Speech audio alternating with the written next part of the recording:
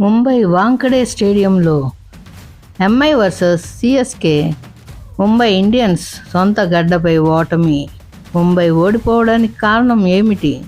Score CSK 207/6 20 ఓవర్స్కి 103కి ఎంఐది. Toss గెలిచిన Mumbai bowling ఎంచుకుంది. మొదట బ్యాటింగ్ చేసిన సిఎస్కే 20 ఓవర్స్కి 207 పరుగుల లక్ష్యం ఇచ్చింది. సంజు శాంసన్ 54 బాల్స్కి 101 రన్స్ చేసి నాట్అవుట్గా ఉండి సిఎస్కే గెలుపుకి కారణమయ్యాడు. ఇక ఎంఐలో రోహిత్ శర్మ రికార్డ్ సెంచరీ చేసినా ఉపయోగం లేకుండా పోయింది. స్కోర్ని చేజ్ చేయలేకపోయింది. 11.4 ఓవర్స్కి 84/4తో కష్టాల్లో కూరుకుంది. 103 రన్స్ 1 ఓవర్ ఉండగానే ఓటమి పాలైన ఎంఐ.